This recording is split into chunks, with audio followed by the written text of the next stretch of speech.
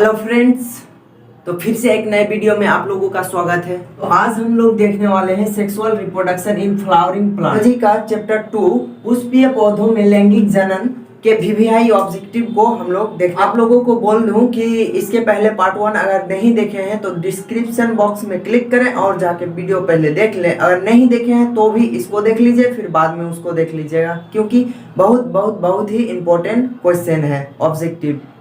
Number question में है भ्रूणपोष वाले बीजों को कहा जाता है। भ्रूणपोष मतलब पूछ रहा है कि जिसमें भ्रूणपोष उपस्थित होता है वैसे बीज को क्या कहते हैं। तो भ्रूणपोष वाले बीजों को कहा जाता है, क्या कहा जाता है। ए में है एपोकार्पिक, बी में है बहुभ्रूणता, सी में है एंडोकार्पिक, डी में है इंडोस्पर्मिक। क्या हो जाएगा, देखिए भ्रूणपोष वाले बीजों को कहा जाता है इंडोस्पर्मिक कहा जाता है। ठीक है, तो एक बात और जान लीजिए कि हम लोग किसका बात कर रहे हैं, भ्रूणपोष। तो हम लोगों को जरूरी होना चाहिए कि भ्रूणपोष के बारे में जितना ऑब्जेक्टिव मतलब वीवीआई सब है पूछे जा सकते हैं, तो उसके बारे में हम लोग जानकारी प्राप्त कर लें। तो अगर बार में कहते हैं, अगर पूछ दे कि भ्रूणपोष, हम लोगों को जानकारी होना चाहिए कि भ्रूणपोष के अध्ययन को क्या कहते हैं। अगर भ्रूणपोष के अध्ययन के बारे में ऑब्जेक्टिव आ जाए कि भ्रूणपोष से रिलेटेड हर एक और 2-3 टॉपिक को मैं बता दूंगा। ठीक है, तो भ्रूणपोष के अध्ययन को क्या कहते हैं अगर पूछ दे तो क्या कहेंगे हम लोग, एम्ब्रियोलॉजी कहेंगे। क्या कहेंगे, एम्ब्रियोलॉजी। यानी भ्रूणपोष के अध्ययन को क्या कहते हैं, एम्ब्रियोलॉजी कहते हैं। ठीक है, समझ गए। उसके बाद कि भ्रूणपोष के फादर ऑफ भ्रूणपोष यानी फादर ऑफ एम्ब्रियोलॉजी पूछ दे तो क्या हो जाएगा, फादर ऑफ एम्ब्रियोलॉजी पूछे तो क्या हो जाएगा, डॉक्टर पी महेश्वरी।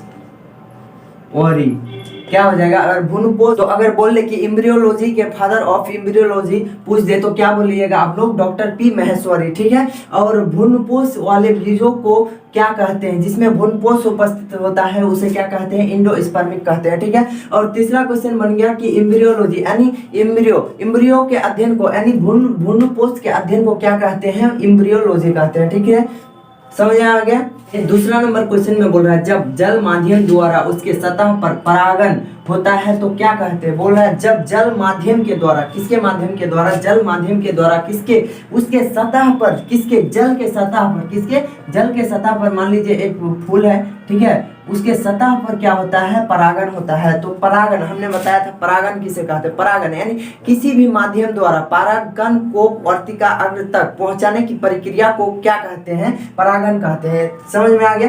ठीक है, तो यहाँ पे माध्यम क्या हो गया, यहाँ पे जल माध्यम। तो अगर सिंपल से पूछता कि जल द्वारा परागन को क्या कहते हैं तो जल परागन कहते हैं। ठीक है, लेकिन यहाँ पे पूछ रहा है कि जब जल माध्यम द्वारा उसके सतह पर परागन होता है, किसके सतह पर, जल के सतह पर परागन होता है तो क्या कहते हैं, हाइपोहाइड्रोफिली, या बी में है क्या है, इपीहाइड्रोफिली या वेलिसनेरिया। क्या हो जाएगा, देखिए जब जल माध्यम के द्वारा सतह पर अगर होता है तो क्या हो जाएगा, इपीहाइड्रोफिली होता है। क्या होता है, इपीहाइड्रोफिली होता है। ठीक है, अगर पूछ दे कि जल के अंदर अगर परागन होता है तो क्या कहते हैं, अगर अंदर पूछेगा तो हाइपोहाइड्रोफिली हो जाएगा। अंदर अगर पूछता तो क्या हो जाता, ऑप्शन नंबर ए सही हो जाता। और यहाँ पे पूछ रहा है जल के सतह पर, किसके, जल के सतह पर, तो क्या हो जाएगा, इपीहाइड्रोफिली हो जाएगा। ठीक है, समझ में आ गया। तीसरा नंबर क्वेश्चन यानी पुंकेसर की इकाई है, मतलब एंड्रोसियम का अंतर्गत आता है, कौन आता है, क्या आता है, कार्पिल आता है या स्टामिन आता है या पिस्टिल आता है, क्या आता है। पूछ रहे एंड्रोसियम। सबसे पहले समझ ले एंड्रोसियम क्या किसे कहते हैं या पुंकेसर किसे कहते हैं। देखिए एंड्रोसियम जो होता है क्या होता है, फूल का नर जनन अंग होता है। क्या होता है, नर जनन अंग होता है एंड्रोसियम, किसका, फूल का, फ्लावर का। ठीक है, एंड्रोसियम यानी पुंकेसर क्या हो जाएगा, नर जनन अंग हो जाता है। ठीक है, और उसके अंतर्गत पूछ रहा है कि एंड्रोसियम के अंतर्गत इकाई, एंड्रोसियम के की इकाई है, इकाई यानी उसके अंतर्गत कौन आता है तो क्या हो जाएगा, कार्पिल होगा या स्टेमिन होगा या पिस्टिल होगा, क्या हो जाएगा। यहाँ पे देखिए एंड्रोसियम का जो मूल इकाई होता है क्या होता है, पुष्प केसर होता है। ऑप्शन नंबर बी सही हो जाएगा। क्या होगा, स्टामिन होता है। क्या होता है, स्टामिन होता है। और कार्पिल और फिस्टिल जो दिया हुआ है यहाँ पे यानी पुष्प योनि, ये सब क्या हो जाएगा, नर का नर का नहीं, मादा का क्या हो जाएगा, फूल का मादा का जनन अंग हो जाएगा। ये सब अगर पूछता तो ठीक है। तो यहाँ पे पूछ रहा है नर, मतलब इसका नर का नर का पार्ट हो गया कौन, एंडोसियम। अगर उसका फिर इका ही बोल रहा है तो क्या हो जाएगा, स्टैमिन हो जाएगा। ठीक है, 4 नंबर क्वेश्चन में बोल रहा है कि फूल को उगाने का अध्ययन करना कहलाता है। जब फूल के बारे में अध्ययन करना या फूल को उगाना क्या कहते हैं, फूल को उगाना या उसके अध्ययन को कहते हैं, क्या कहते हैं, भ्रूणता कहते हैं या फ्लोरिकल्चर कहते हैं या जायन कहते हैं या नन ऑफ दिस कहते हैं, क्या कहते हैं। जब 4 नंबर क्वेश्चन में बोला है कि फूल को उगाने यानी उसके अध्ययन करने की प्रक्रिया को क्या कहते हैं या उसके अध्ययन को क्या कहते हैं, तो आप लोग जान लीजिए ऑप्शन नंबर बी सही हो जाएगा, फ्लोरिकल्चर। क्या हो जाएगा, फ्लोरिकल्चर। फूल को उगाने या उसके अध्ययन को कहलाता है, क्या कहलाता है, फ्लोरिकल्चर कहलाता है। ठीक है, 5 नंबर क्वेश्चन में बोल रहा है कि टेपिटम को कहा जाता है। टेपिटम जो होता है, देखिए सबसे पहले समझिए टेपिटम क्या है। टेपिटम परागकोश का 4 लेयर होता है। सबसे पहले समझिए परागकोश का कितना लेयर होता है, 4 लेयर, 4 परत होता है। कितना परत, 4 परत होता है। उनमें से जो सबसे अंदर वाला परत होता है उसका नाम क्या होता है, टेपिटम। उसका नाम क्या है, टेपिटम। अंदर वाले परत का नाम क्या हो गया, टेपिटम। तो टेपिटम जो होता है परागकोश को समझ लीजिए कि परागकोश को क्या करता है, पोषण प्रदान करता है। तो टेपिटम को कहा जाता है, इनमें से क्या हो जाएगा, पेरेन्काइमा नहीं होगा। ठीक है, ऑप्शन नंबर बी जो है न्यूट्रिटिव लेयर यानी पोषण परत, इसको पोषण परत के नाम से भी बोला जा सकता है। तो क्या हो जाएगा, ऑप्शन नंबर बी सही हो जाएगा। टेपिटम को कहा जाता है पोषण परत, यानी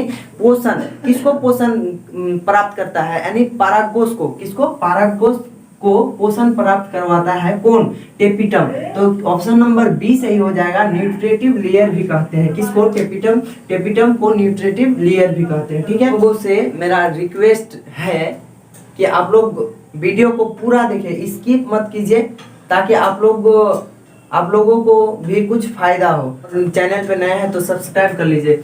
और 6 नंबर क्वेश्चन में बोल रहा है कि भ्रूणपोष का क्या कार्य है। भ्रूणपोष सबसे पहले समझिए कि पोष का मतलब क्या होता है। पोष जो होता है क्या होता है, पोष मतलब क्या होता है, पोषण।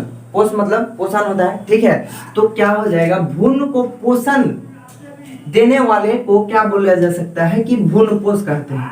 ठीक है, तो भ्रूणपोष का क्या कार्य हो जाएगा, इनमें से क्या हो जाएगा। ऑप्शन नंबर ए में है भ्रूण बनाना, बी में है भ्रूण को पोषण देना, सी में है लिंग का निर्धारण करना, डी में है सभी। क्या हो जाएगा, भ्रूणपोष को कहा जाता है, क्या हो जाएगा, भ्रूणपोष।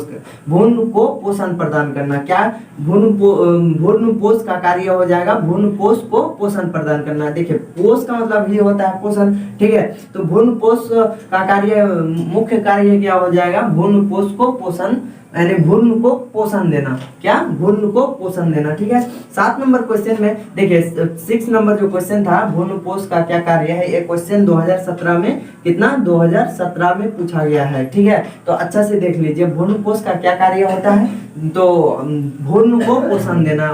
2000 कितना में पूछा गया है, 2017 में पूछा गया है। 7 नंबर क्वेश्चन में है आगुनित पोषण,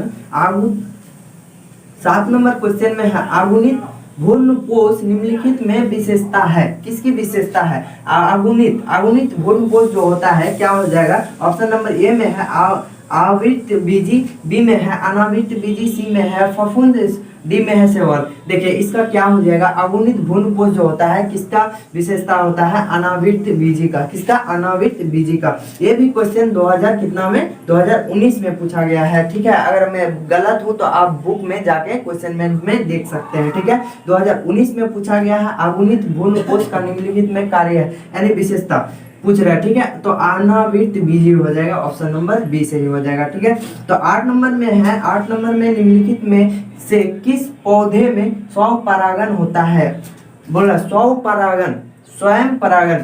ठीक है, स्वपरागण होता है किसमें होता है, एक लिंगी में या द्विलिंगी में, या ये भी दोनों या सभी। क्या हो जाएगा, निम्नलिखित में से किस पौधे किस पौधे में होता है, तो द्विलिंगी पौधे में क्या होता है, स्वपरागण होता है। किसमें, स्वपरागण किसमें होता है, तो द्विलिंगी पौधों में होता है। ये भी क्वेश्चन कितना में पूछा गया है, 2019 में पूछा गया है, 2019 में पूछा गया है। ठीक है, अंदर देखिए हर एक पार्ट को देखने के लिए आप लोग क्या कीजिए, साइंस का हर एक मतलब चैप्टर बाय चैप्टर का यहाँ ऑब्जेक्टिव सॉल्व कराया जाएगा एंड VVI क्वेश्चन को सब्जेक्टिव को भी सॉल्व कराया जाएगा। ठीक है, तो चैनल को सब्सक्राइब ज्यादा से ज्यादा कीजिए और शेयर ज्यादा से ज्यादा कीजिए।